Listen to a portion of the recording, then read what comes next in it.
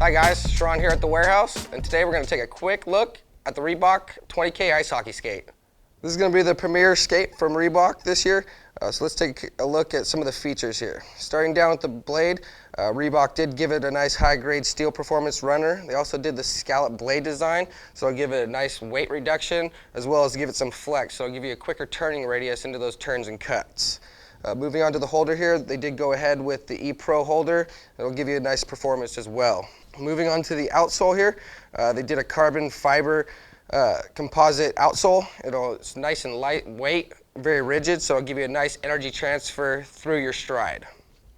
Taking a look here, they also did give it a couple extra copper rivets, so it's going to give it some added strength with the lock on to the boot. Moving to the quarter package here, Reebok did what they're calling the Pro Armour IV Quarter package. They did reinforce the embedded zones and enlarge them. That'll give you more support and flexibility, and they also added the abrasion resistance as well. Moving on to the carbon inlay back here is the DSS, the Dynamic Support System. On the 11K, it didn't wrap all the way around. Now they do wrap it all the way around, and the way that's wrapped, it'll help keep your heel locked in there for more stability and more energy transfer through the skate. They also did give it a nice rib design to help protect it as well. Moving on to the carbon inlay here, and the three eyelets, they did move it a little bit forward to give you a better wrap and also give you better flex through your stride as well. Moving on to the tenon guard here, they did relax this a little bit. On the 11K, it was pointed forward a little bit. Now they moved it back, so it'll give you a better range of motion through your stride. Moving on to the lacing system, Reebok did go ahead with the lace lock again.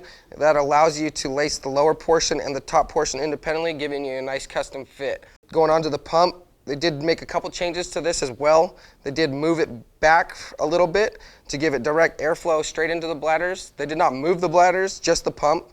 They also did beef up the outside of it to give it a nice protection from anything going to happen to that. Moving on to the tongue here, the 20K does have a really nice tongue. It's got nice pro felt for a good comfort. It also has a nice EPE foam for the added durability and protection. Moving on to the skate lace bite guard here, they did segment it, so it's got a nice flexibility, so if you do like to put your shin guard in the back, it will flop and stay there for you.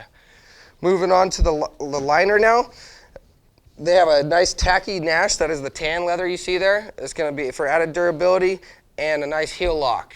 The black leather you see here is Clarino, and it's a nice moisture wicking material to keep your foot nice and dry. Moving on to the footbed here, they did do a nice thin foam, a nice profile to make you feel all the way through the skate, give you good energy transfer. As well, they did a nice sticky material here on the back of it to keep your heel locked in place. That was just a quick look at the Reebok 20K ice skate, and you can get this at icewarehouse.com.